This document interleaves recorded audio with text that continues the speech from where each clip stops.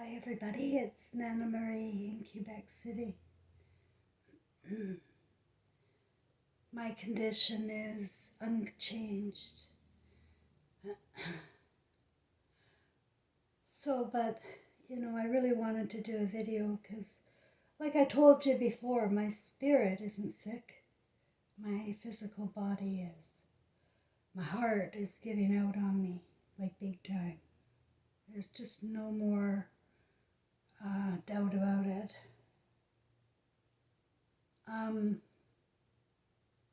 But I'm still here. And it's a damn good thing I like myself because I'm fairly isolated. And I can live with myself. And that's a very, very good thing if you're listening. Learn how to face all your demons from your past and people and your own lives and live in peace now.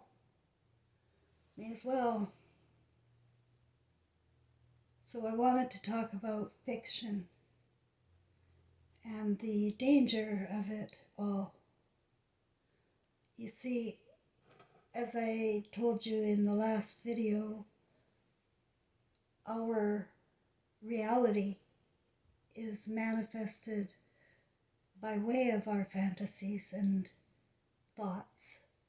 Imagination. Our imagination is the manifester. And so I never liked fiction myself, ever. I found it pointless and disappointing. I didn't want to get all wrapped up in emotional issues like romance novels and whatnot when it wasn't real. This really never appealed to me, fiction. So I read a lot of biographies and true crime and self-help books, a lot of religious books too back in the day. So I really loved to read. Started with Nancy Drew. Now there's a fiction I liked. Nancy Drew books. I was a big reader all the way from grade 4, I think. And it helps build your intelligence. But if you're reading fiction, what kind of intelligence are you building there, for one thing? But the other is, people get ideas.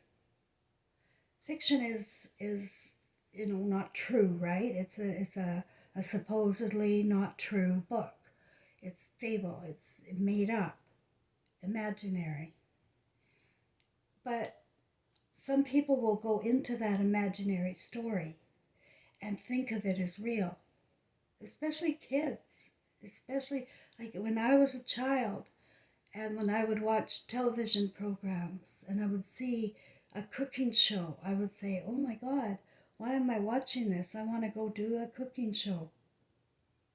I want to go into my kitchen now and do what they're doing.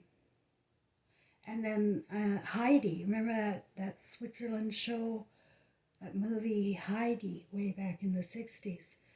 Well, I remember she took some milk in a bowl and some cheese on some dry bread and went out and had a picnic in her little area there in the Swiss Alps.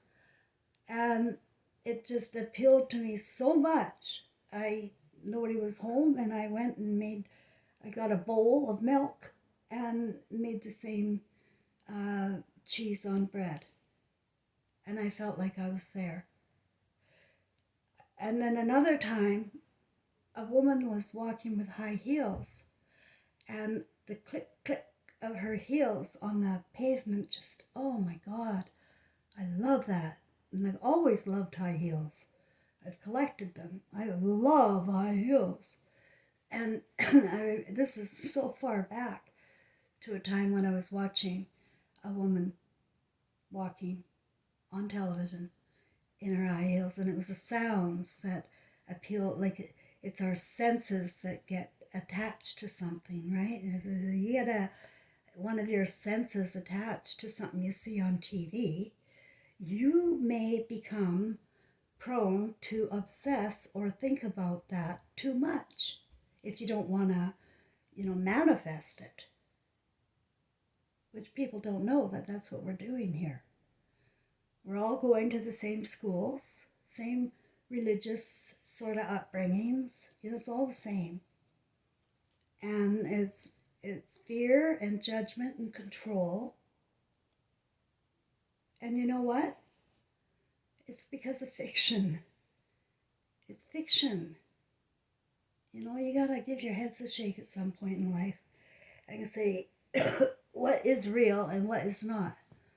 You just sit there, and if it did not happen now, if it cannot happen now, it didn't happen then. All right?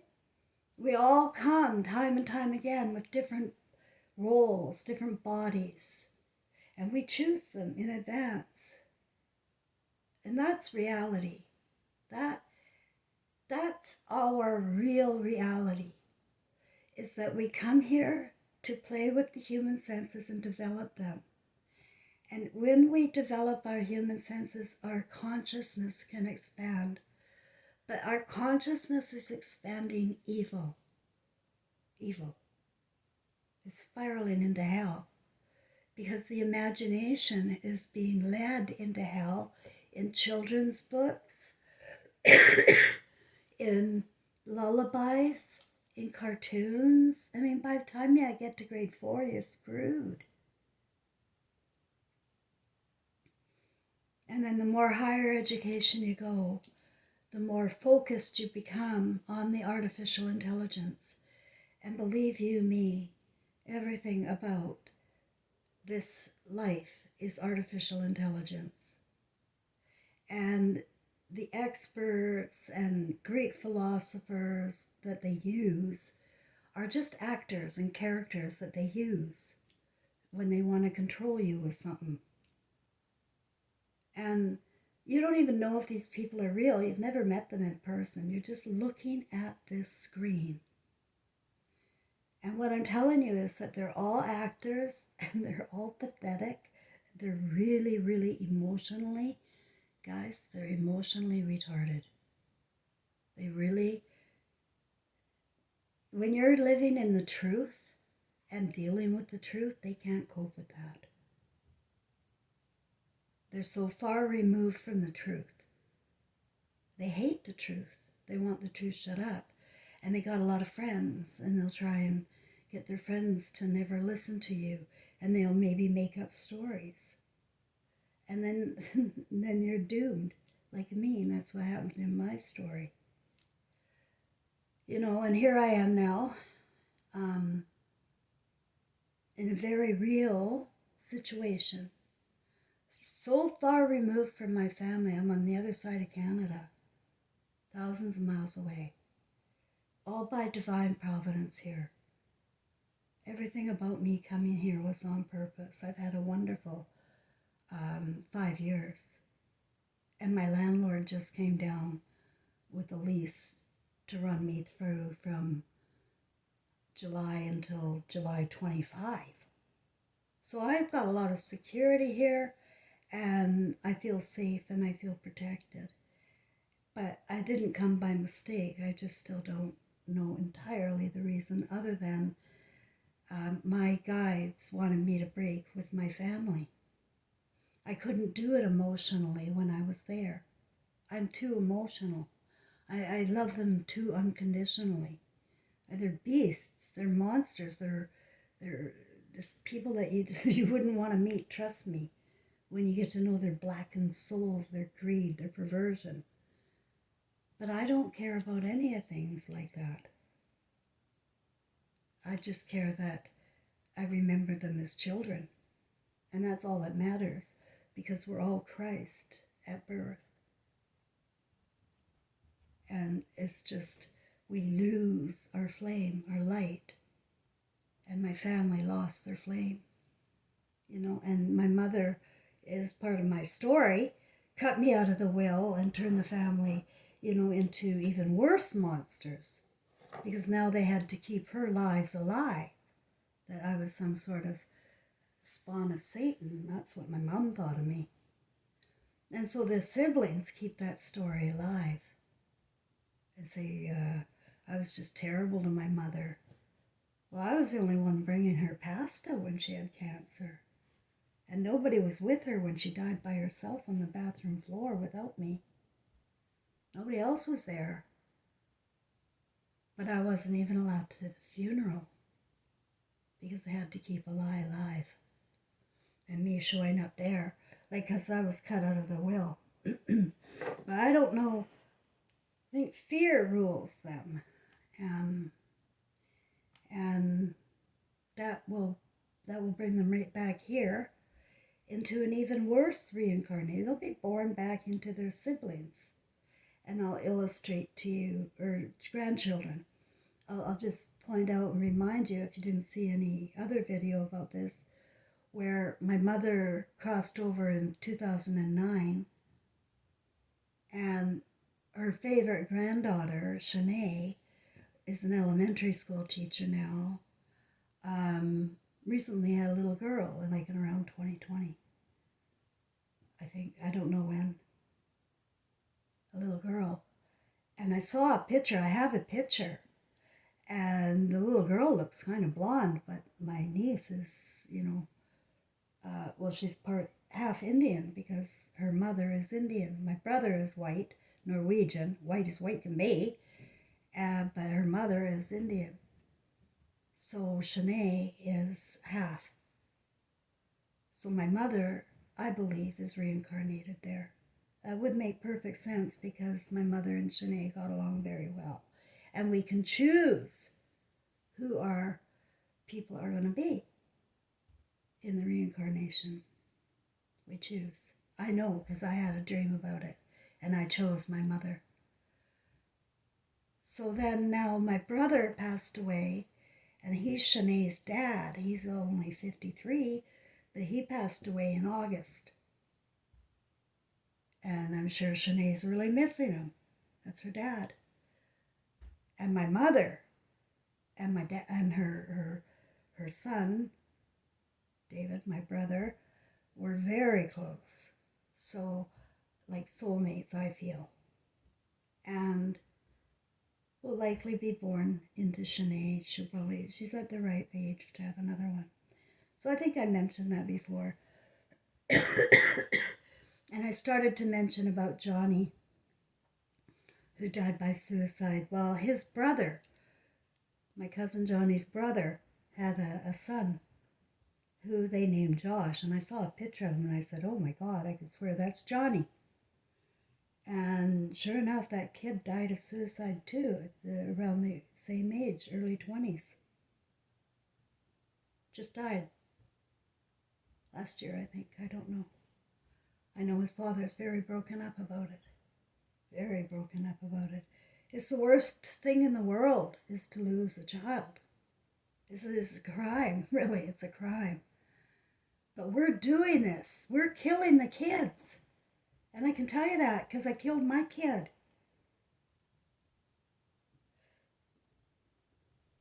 Of course, unwittingly.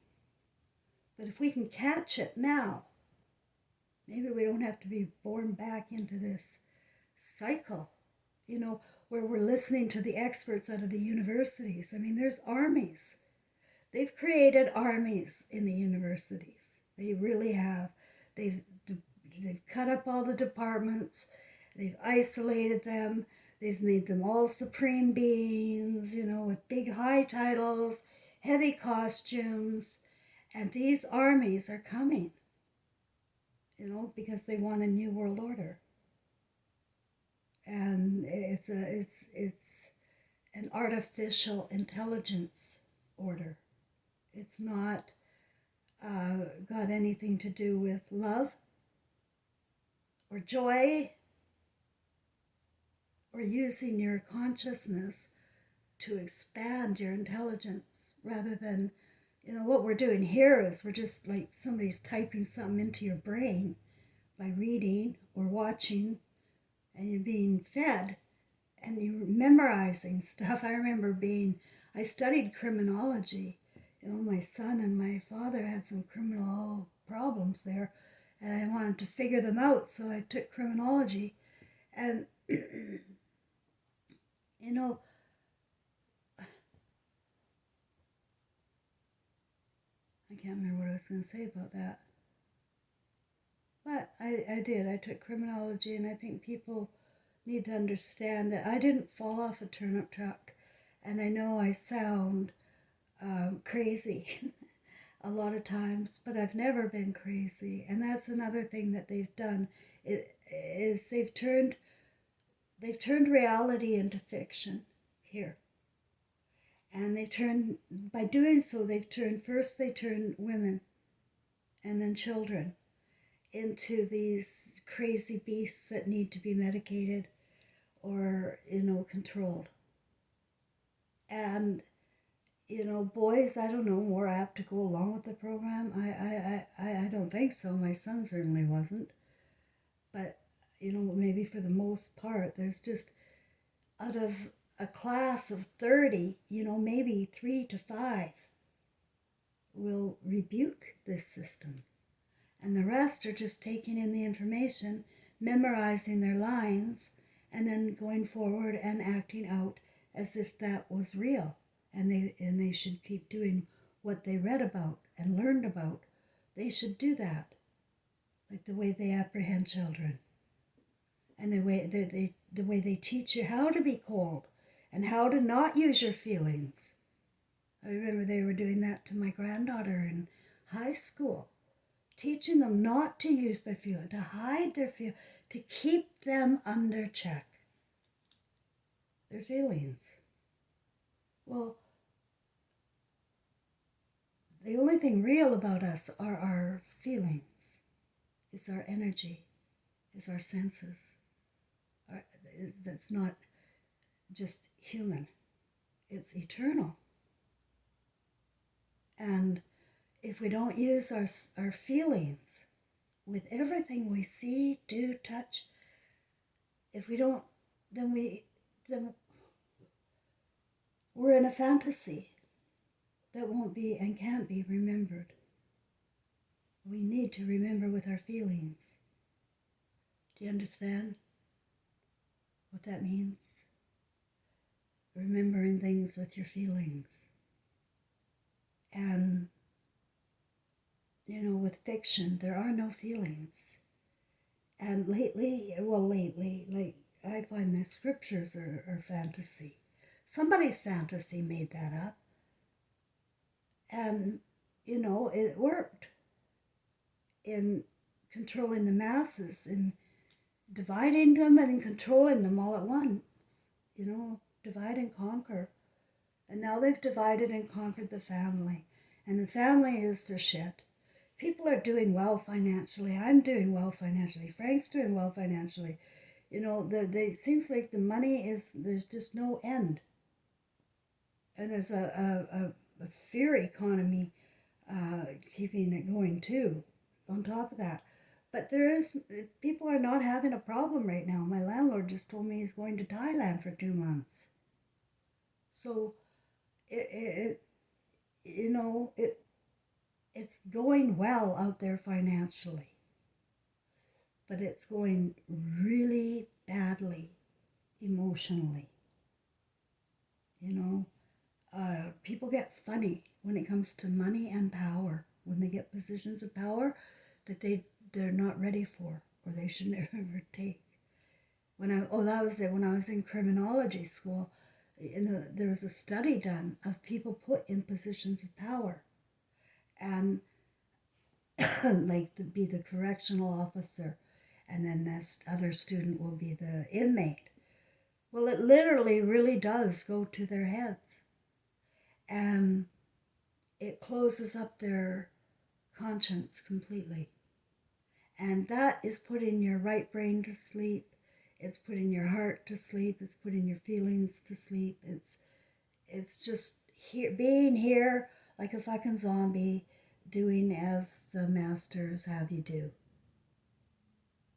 So the more people we can get open up to feelings and their consciousness of feelings, the faster that we can save, ourselves from spiraling even deeper.